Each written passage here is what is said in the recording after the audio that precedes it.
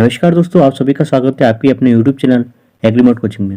दोस्तों, इस वीडियो में हम पूरा कंप्लीट वीट को यहाँ पर स्टडी करने वाले हैं, इसलिए इस वीडियो को लास्ट तक जरूर देखना ताकि आप क्वेश्चन को सही कर पाओ।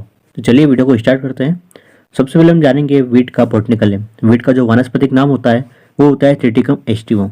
ठीक है, वीट की बॉटनिकल नेम की बात करें तो ट्रिटिकम एस्टिवम होता है, लेकिन इसका जो कॉमन बॉटनिकल नेम होता है वो होता है ट्रिटिकम स्पेसिस। ठीक है, ये जो स्पेसिस यहाँ पर लिखा हुआ है इसकी जगह नाम आपको अलग अलग चेंज देखने को मिलेगा। यहाँ पर कभी कभी आपको ट्रिटिकम मोनोकोकम देखने को मिलेगा, तो कभी कभी आपको ट्रिटिकम डाइकोकम देखने को मिलेगा, कभी यहाँ पर जो है ड्यूरम देखने को मिलेगा, तो कभी आपको एस्टिवम या वुल्गेर देखने को मिलेगा। ठीक है, तो जो है कॉमन बॉटनिकल नेम जो इसका होता है वो होता है ट्रिटिकम स्पेसिस। ठीक है, इंडिया में बेसिकली ट्रिटिकम एस्टिवम की खेती ज़्यादा की जाती है। ठीक है, तो यहाँ पर जो है ट्रिटिकम एस्टिवम के क्रोमोसोम नंबर की बात करें तो ट्रिटिकम एस्टिवम का जो क्रोमोसोम नंबर होता है वो होता है 2n=42। इसको हम आगे डिटेल में भी समझेंगे ये 2n=42 कहाँ से आया। ठीक है, वीट की हम फैमिली की बात करें तो वीट की जो फैमिली होती है किस फैमिली के अंदर आता है, क्वेश्चन पूछ लिया जाता है। तो वीट की फैमिली बेसिकली ग्रेमनी होती है या इसी को ग्रास फैमिली भी बोला जाता है। ठीक है, वीट की नेटिव प्लेस की बात करें जो इसका ओरिजिन होता है, ठीक है, इसका जो मूल स्थान है वो कहाँ पर है, साउथ वेस्ट एशिया में है। ठीक है, ये भी क्वेश्चन अक्सर पूछ लिया जाता है। वीट का जो फ्लावरिंग पोर्शन होता है, जब फ्लावर आते हैं, जब फ्लावरिंग पोर्शन होता है गेहूं का, तो उसको क्या बोला जाता है, इस क्वेश्चन को भी अक्सर पूछ लिया जाता है। तो इसको ईयर और हेड बोला जाता है और बॉटनिकली इसको स्पाइक बोला जाता है, SPIKE। ठीक है, इन्फ्लोरेंस को क्या बोला जाता है, जो इन्फ्लोरेंस क्या होता है, जो स्टेम के ऊपर जो फ्लावर का जो कलेक्शन होता है उसी को इन्फ्लोरेंस बोलते हैं। ठीक है, तो इस इन्फ्लोरेंस भी क्या हो जाएगा, आपका स्पाइक हो जाएगा। वीट का जो फ्रूट होता है, वीट का जो फ्रूट होता है वो क्या होता है, कैरियोप्सिस टाइप होता है। ये भी एग्जाम में पूछा जाता है, जो वीट का फ्रूट होता है उसको क्या बोलते हैं, तो वीट का जो फ्रूट होता है वो होता है कैरियोप्सिस। ठीक है, वीट कौन सी क्रॉप है, वीट जो है सेल्फ पॉलिनेटेड क्रॉप है। पॉलिनेशन जो है अक्सर क्रॉप में पूछा जाता है, तो वीट जो है हमारा सेल्फ पॉलिनेटेड क्रॉप है। अभी पॉलिनेशन क्या होता है, सेल्फ पॉलिनेटेड क्रॉप क्या होता है, क्लोज पॉलिनेटेड क्या होता है, ये सारी जो है हम डिटेल में पॉलिनेशन को अलग से डिस्कस कर लेंगे। ठीक है, तो अभी केवल इतना ही ध्यान रखो, वीट जो है आपका सेल्फ पॉलिनेटेड क्रॉप है। ठीक है, कई बार एग्जाम में पूछ लिया जाता है किंग ऑफ सीरियल किसे कहा जाता है, तो किंग ऑफ सीरियल भी हमें वीट को कहा जाता है। ठीक है, वीट के अंदर बेसिकली प्रोटीन पाया जाता है और जो प्रोटीन होता है वो होता है ग्लूटीन। ठीक है, तो ग्लूटीन जो है इंपॉर्टेंट होता है बेकरी इंडस्ट्री के लिए। ग्लूटीन जो है इंपॉर्टेंट होता है किसके लिए, बेकरी इंडस्ट्री के लिए। ग्लूटीन को बेसिकली चपाती मेकिंग क्वालिटी के लिए भी जाना जाता है। जो आपकी रोटी होती है उसी क्वालिटी के लिए भी जाना जाता है। जितनी ज़्यादा ग्लूटीन की क्वालिटी अच्छी होगी उतनी ज़्यादा है रोटी की क्वालिटी भी अच्छी होगी। ठीक है, वीट जो है बेसिकली लॉन्ग डे प्लांट है। ठीक है, ये भी अक्सर पूछ लिया जाता है, इंपॉर्टेंट है। कई क्रॉप जो है शॉर्ट डे होती है, कई जो है लॉन्ग डे प्लांट होती है। ठीक है, तो वीट जो है लॉन्ग डे प्लांट है, इसका मतलब क्या है, जो लाइट की रिक्वायरमेंट होगी वो 12 आवर से ज़्यादा होगी। ठीक है, जो लाइट की जो है बेसिकली रिक्वायरमेंट होती है वीट क्रॉप में वो 12 आवर्स यानी 12 घंटे से ज़्यादा होना चाहिए। शॉर्ट डे में क्या होता है, तो लाइट की जो रिक्वायरमेंट होती है वो 12 आवर से कम होती है। ठीक है, वीट की बेसिकली हार्वेस्टिंग इंडेक्स की बात करें तो वीट का जो हार्वेस्टिंग इंडेक्स होता है वो होता है 0.42 से 0.45। ठीक है, इसकी स्टार्च कंटेंट की बात करें, वीट के अंदर स्टार्च पाया जाता है और स्टार्च कितना पाया जाता है, 8 से 15% के बीच में पाया जाता है। टेस्ट वेट मैंने आपको बताया था राइस में, टेस्ट वेट का मतलब क्या होता है, 1000 वेट का जो वेट होता है, 1000 ग्रेन जो वीट के जो दाने होते हैं। ठीक है, तो टोटल 1000 दाने का जो वेट होगा वो होगा 40 ग्राम। ठीक है, अब बात कर लेते हैं वीट की क्लासिफिकेशन के बारे में। बेसिकली जो इंडिया में है, इंडिया की हम बात करें बेसिकली तो 3 स्पीसीज जो है ज़्यादातर कल्टीवेट की जाती है। तो फर्स्ट नंबर पर हम बात करेंगे ट्रिटिकम एस्टिवम की, जिसको है कॉमन ब्रीड वीट के नाम से भी जानते हैं। ट्रिटिकम एस्टिवम या ट्रिटिकम वुल्गेर भी बोलते हैं। इसका जो क्रोमोसोम नंबर होता है वो होता है 2n=42। अभी 2n=42 कहाँ से आया है इसको समझते हैं। देखिए, वीट के अंदर 3 प्लांट होते हैं, हेक्साप्लॉइड, टेट्राप्लॉइड और डाइप्लॉइड।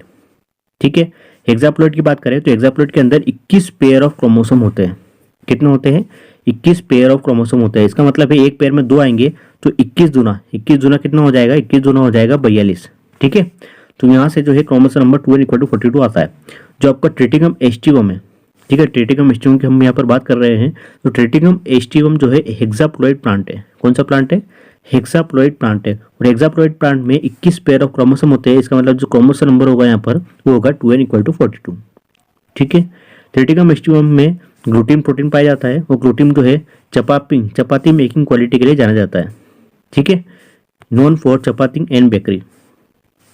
ट्रिटिकम एस्टिवम को ही हम जो है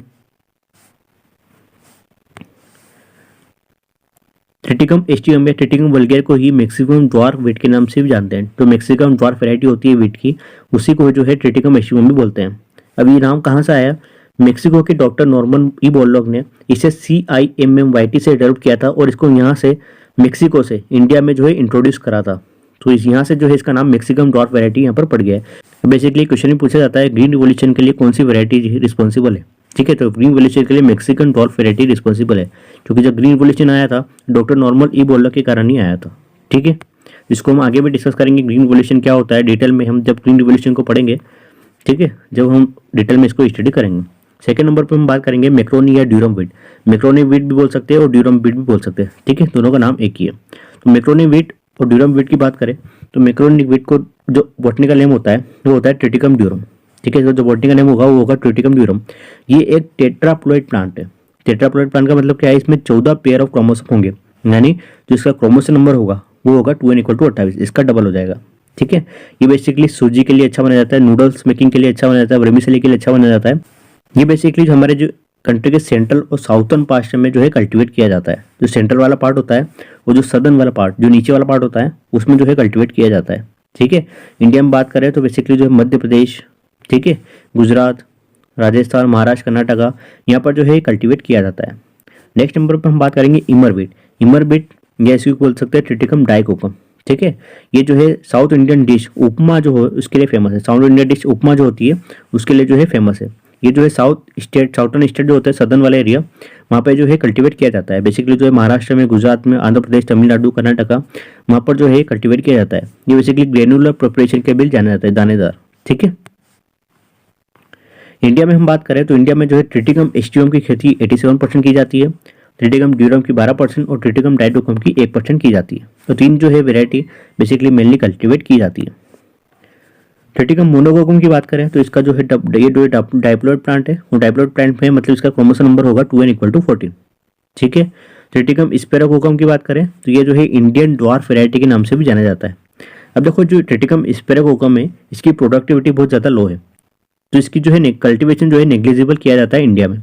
बेसिकली जो नॉर्थ इंडिया है वहाँ पर जो है इसका बहुत स्मॉल कल्टीवेशन किया जाता है। ठीक है, अब बिल्कुल नेग्लिजिबल इसका कल्टीवेशन हो गया है। ठीक है, इसका बिल्कुल नेग्लिजिबल कल्टीवेशन हो गया है। अब देखो जो वीट के अंदर जो ड्वार्फनेस होती है, ठीक है, जो बोनापन होता है वीट का, जो छोटे छोटे दाने होते हैं, तो ये छोटे दाने किसके कारण होते हैं? ये छोटे दाने जो है नोरिन 10 एक जीन है उसके कारण होता है। अभी नोरिन 10 जीन क्या है इसको भी हम डिटेल में आगे समझते हैं। ठीक है,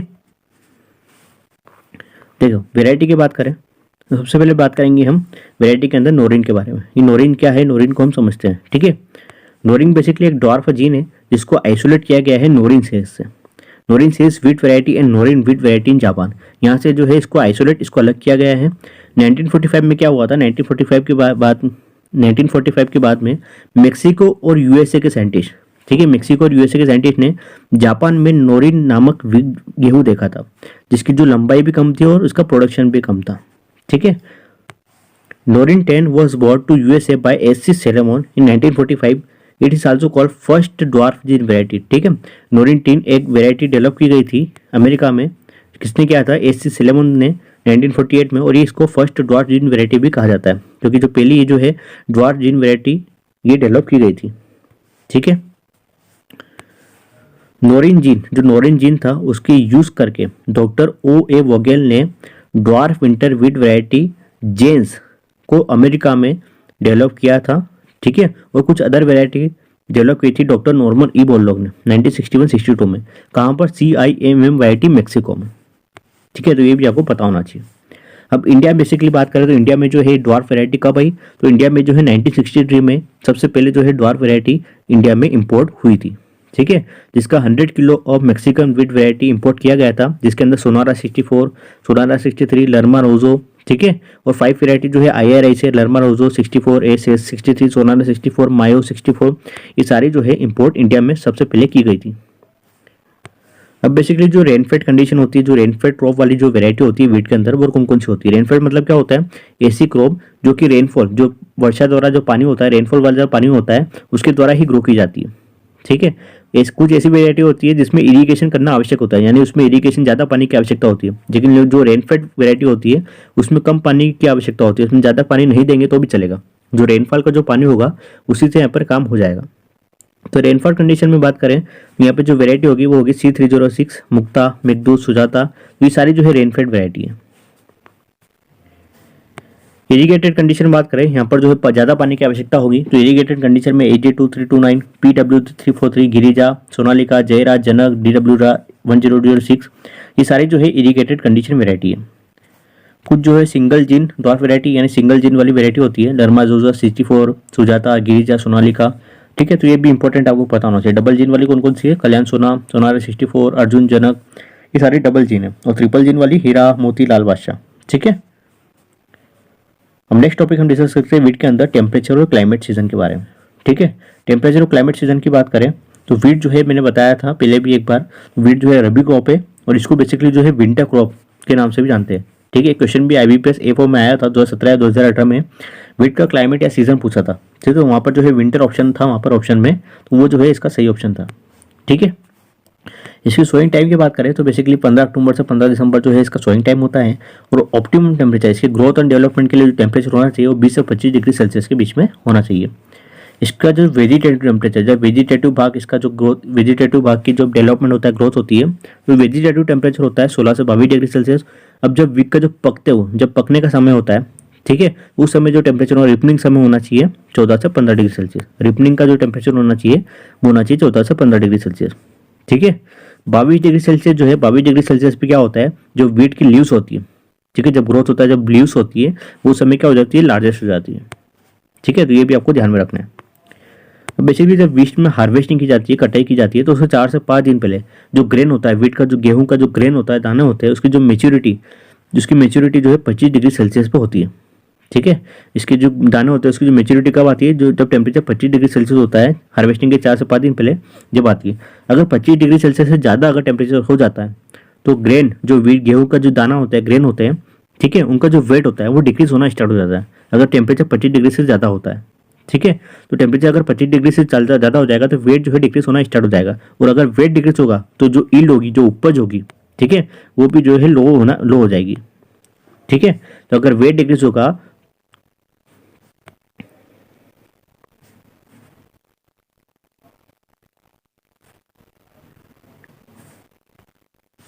सिंपल है, अगर वेट डिक्रीज होगा तो ईल्ड भी, जो उपज होगी वो भी डिक्रीज हो जाएगी, ठीक है। इसकी जर्मिनेशन की बात करें तो मिनिमम टेम्परेचर कितना चाहिए वीट के प्लांट को जर्मिनेट होने के लिए, तो मिनिमम टेम्परेचर की बात करें तो 4 डिग्री सेल्सियस जो है मिनिमम टेम्परेचर वीट के अंदर होना चाहिए उसकी जर्मिनेशन के लिए। अब देखो वीट का जब प्लांट जर्मिनेट हो जाता है तो उसके बाद जो है उसके अंदर हार्डनिंग एबिलिटी आ जाती है, यानी जो फ्रोस्ट कंडीशन होती है, जब ज़्यादा ठंड होती है तो उसको भी टॉलरेट कर लेता है। जैसे जो स्प्रिंग वीट होता है वो -9.4 डिग्री सेल्सियस तक जो है टेम्परेचर को टॉलरेट यानी सहन कर लेता है, ठीक है। विंटर वीट होता है वो -31.6 डिग्री सेल्सियस तक टेम्परेचर को सहन कर लेता है।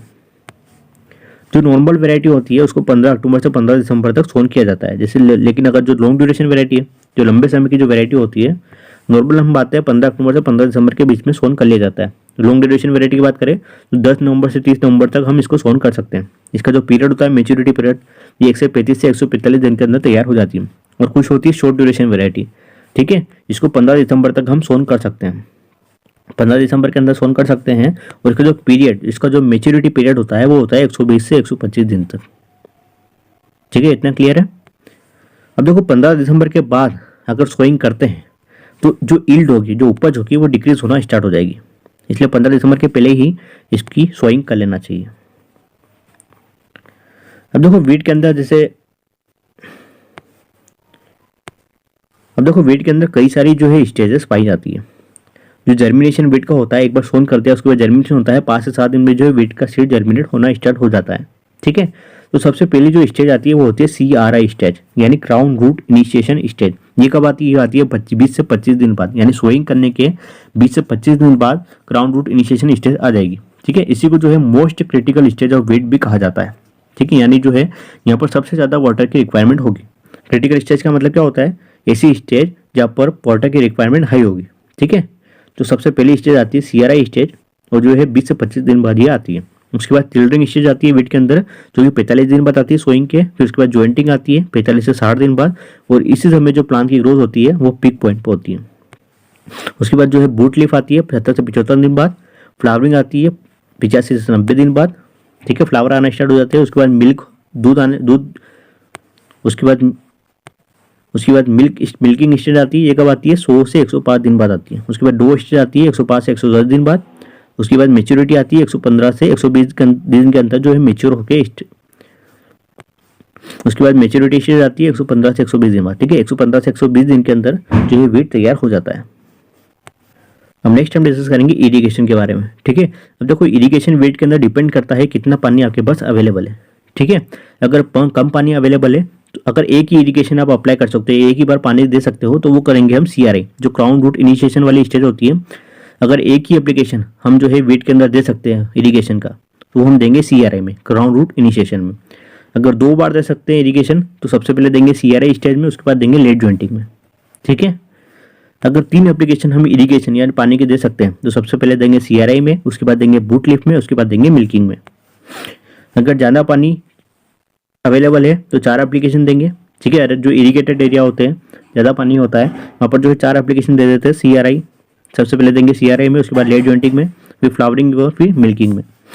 5 एप्लीकेशन देंगे तो सबसे पहले देंगे CRI में, फिर देंगे लेट ज्वाइंटिंग में, फिर देंगे लेट ज्वाइंटिंग में, ठीक है। फिर उसके बाद फ्लावरिंग में, फिर मिल्किंग में। एंड 6 एप्लीकेशन अगर अवेलेबल है तो उसके बाद सबसे पहले हम देंगे CRI में, late tillering, late jointing, flowering, milking and dough, सारी स्टेज यहाँ पर आ जाएगी, ठीक है। तो ये तो बात करी हमने इरिगेशन की। सबसे ज़्यादा जो है पानी की आवश्यकता कब होती है? सबसे ज़्यादा पानी की आवश्यकता होती है CRI में, ग्राउंड रूट इनिशिएशन में, ठीक है। नेक्स्ट हम डिस्कस करेंगे सॉइल के बारे में।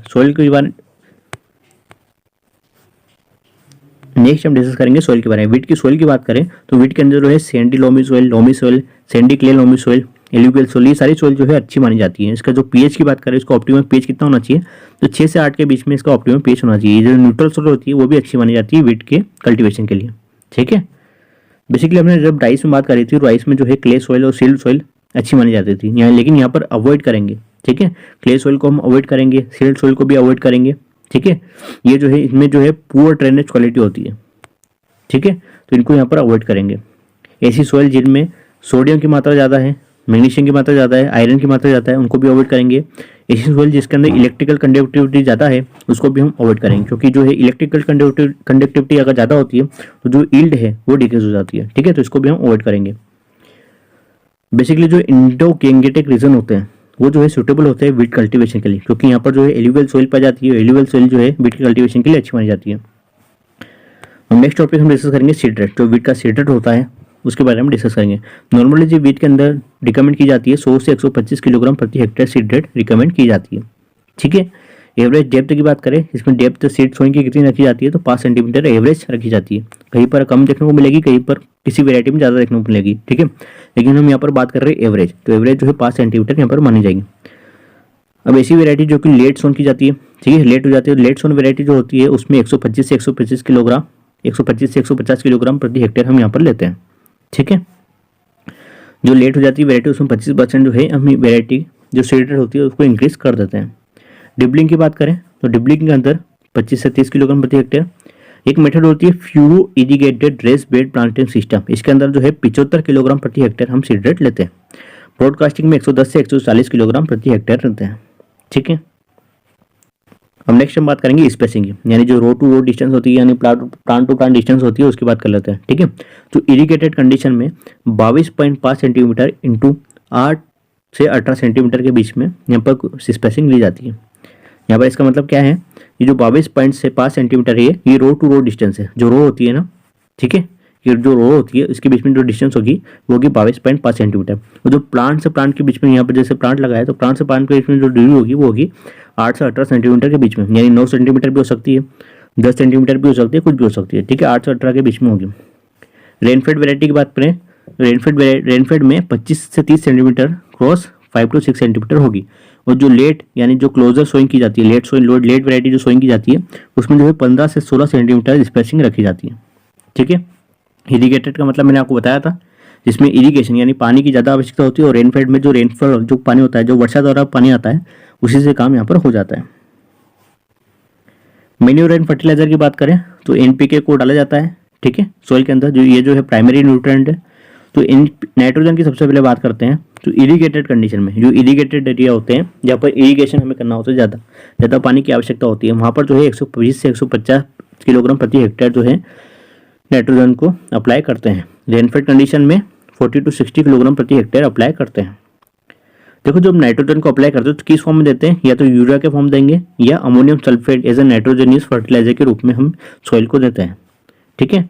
अब यूरिया और अमोनियम सल्फेट में बात करें तो अगर सॉइल स्ट्रॉन्गली अल्कलाइन है, ये कैल्शियस सॉइल है या सॉइल्ट कंटेंट उसमें जाता है, तो हम जो है रिकमेंड करेंगे अमोनियम सल्फेट को। अमोनियम सल्फेट यहाँ पर डालते हैं। अगर सॉइल जो है अल्कलाइन है, ज़्यादा कैल्शियस है, यहाँ पर ammonium sulphate as a nitrogenous fertiliser हम यूज़ करते हैं।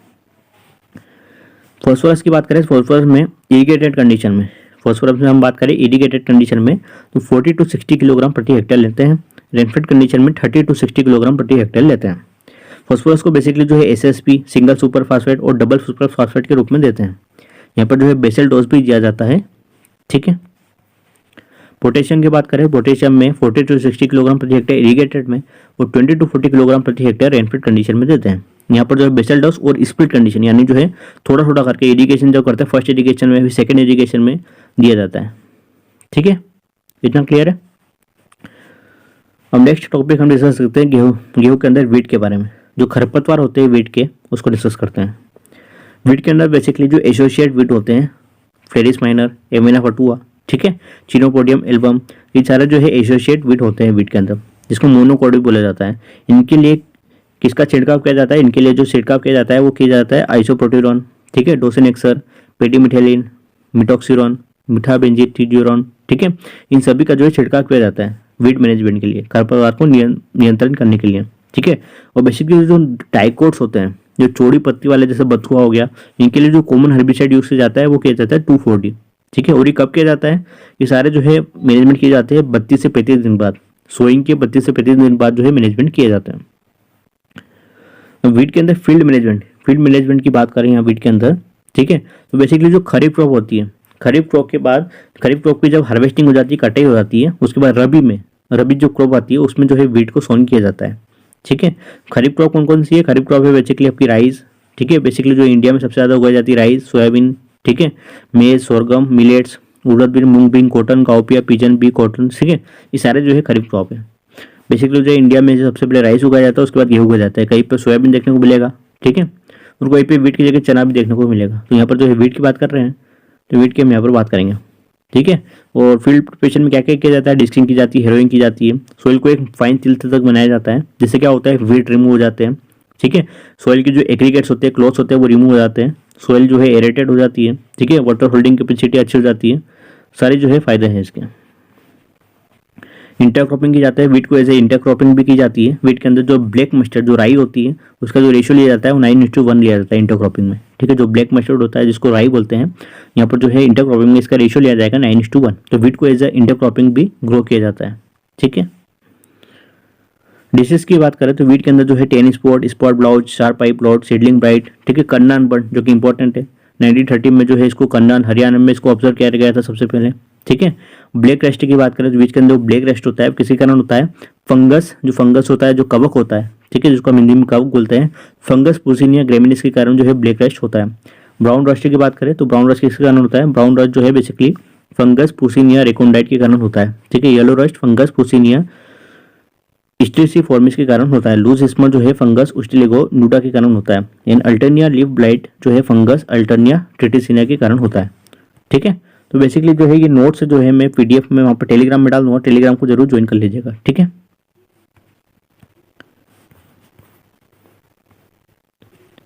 अब बेसिकली जब हार्वेस्टिंग की बात करें तो हार्वेस्टिंग जो है बेसिकली मैन्युअली की जाती है, ठीक है, हैंड ब्रीडिंग की जाती है, हाथ से की जाती है, हाथ से जो है वीट को हाथ से जो है हार्वेस्टिंग की जाती है, ठीक है। और कई जगह जो है कंबाइन हार्वेस्टर का भी यूज़ किया जाता है, ठीक है। जब हार्वेस्टिंग की जाती है, जो ग्रेन होते हैं, जो दाने होते हैं वीट के, जो उस समय जो मॉइस्चर होता है वो होता है उसमें 20 से 25% जो है मॉइस्चर होता है, ठीक है। वीट की जो सेमी ड्वार्फ वीट वेराइटी होती है, जिसकी जो उपज होगी वो होती है 6 से 7.5 टन पर हेक्टेयर होती है, जो सेमी ड्वार्फ वीट वेराइटी होती है। और जो ग्रेन ईल्ड होती है, जो ग्रेन होते हैं ना वीट का जो दाने होते हैं ग्रेन, उसकी जो उपज होगी वो होगी 4 से 5 टन प्रति हेक्टेयर, ठीक है। येलो एंड ड्रॉ स्टोर, जो येलो ड्रॉ स्टोर होता है वीट के अंदर, भूसा बोलते हैं जिसको, ठीक है। येलो एंड ड्रॉ स्टोर जो है इसका विजुअल इंडिकेटर होता है। अब बेसिकली जो है दो मेथड और हैं जिनके अंदर फील्ड प्रिपरेशन नहीं की जाती है। यहाँ पर बात करेंगे हम जीरो टिलेज की। जीरो टिलेज में क्या होता है, बेसिकली ये जो है मॉइस्चर कंजर्वेशन के लिए एडॉप्ट की जाती है। इसमें क्या होता है, जो मेन फील्ड की प्रिपरेशन होती है उसको अवॉइड करते हैं, यानी जो खरीफ क्रॉप होती है, जैसे हमने राइस जो है खरीफ क्रॉप है उसकी हार्वेस्टिंग हो जाती है, उसके बाद जो है यहाँ पर फील्ड की प्रिपरेशन नहीं की जाती है। नॉर्मल जो है फील्ड की प्रिपरेशन की जाती है, लेकिन जीरो टिलेज के अंदर फील्ड की प्रिपरेशन नहीं की जाती। इसमें बेसिकली जो है प्राइमरी टिलेज को हम यहाँ पर अवॉइड करते हैं, ठीक है। इसमें जो immediately after rice crop harvesting जो है वीट के सीड को सोन कर दिया जाता है विदाउट एनी फील्ड प्रिपरेशन, यानी किसी प्रकार की फील्ड की प्रिपरेशन यहाँ पर नहीं की जाती, डायरेक्ट जो है राइस के जो है सीड को सोन किया जाता है, ठीक है। यहाँ पर जो डेप्थ रखी जाती है वो रखी जाती है 5 से 6 सेंटीमीटर। सीड रिक्वायरमेंट कितनी होती है, सीड रिक्वायरमेंट यहाँ पर होती है 20 से 25% हाई है, ठीक है। जो नॉर्मल वेरायटी नॉर्मल कंडीशन होती है उससे 20 से 25% जो है यहाँ पर ज़्यादा सीड की रिक्वायरमेंट होगी। और एक बेसिकली मेथड होती है सरफेस सीडिंग टेक्नोलॉजी, जो कि नॉर्थ ईस्ट इंडिया का जो पार्ट होता है वहाँ पर जो है इसको अपनाया जाता है। इसमें भी बेसिकली क्या होता है, इसमें भी बेसिकली जो खरीफ क्रॉप की हार्वेस्टिंग होती है उसके बाद जो है यहाँ पर ब्रॉडकास्टिंग करके वीट के सेट को डायरेक्ट सोन किया जाता है। इसमें फील्ड प्रिपरेशन को अवॉइड करते हैं, फील्ड प्रिपरेशन यहाँ पर नहीं की जाती है, ठीक है। और सोइल मॉइस्चर कंजर्वेशन के लिए को एडॉप्ट किया जाता है, सोइल मॉइस्चर कंजर्वेशन के लिए इसको अपनाया जाता है, ठीक है। इससे क्या होता है, जो टीलेज ऑपरेशन में जो कॉस्ट लगती है, जो खर्चा होता है वो यहाँ पर बच जाता है। तो बेसिकली कुछ जो मेथड थी यहाँ पर जीरो टिलेज और सरफेस सीडिंग टेक्नोलॉजी उसको भी हमने डिस्कस कर लिया है। तो वीट बेसिकली हमारा पूरा कंप्लीट हो गया है, ठीक है। ये जो पूरे नोट्स है मैं टेलीग्राम में भी डाल दूंगा, ठीक है। तो टेलीग्राम को आप ज्वाइन कर लीजिएगा। वीडियो अच्छी लगे तो वीडियो को लाइक जरूर कर दीजिएगा, ठीक है। और ये कंटेंट आप सभी के लिए बना रहा हूँ, ठीक है। ज़्यादा से ज़्यादा इसको शेयर करिए, ठीक है। अपने दोस्तों को आसपास जो भी जो है एग्रीकल्चर रिलेटेड एग्जाम की तैयारी कर रहे हैं उन सभी को ये जो है वीडियो शेयर कर दीजिए, ठीक है। तो अगर आप चैनल पर नए हो चैनल को सब्सक्राइब कर लीजिए, वीडियो को लाइक नहीं किया तो वीडियो को लाइक कर दीजिए। इस वीडियो में इतना रखते हैं, इसी तरह की वीडियो इस चैनल पर आती रहेगी। इस वीडियो में इतना रखते हैं। Thank you so much, have a nice day, bye bye, take care.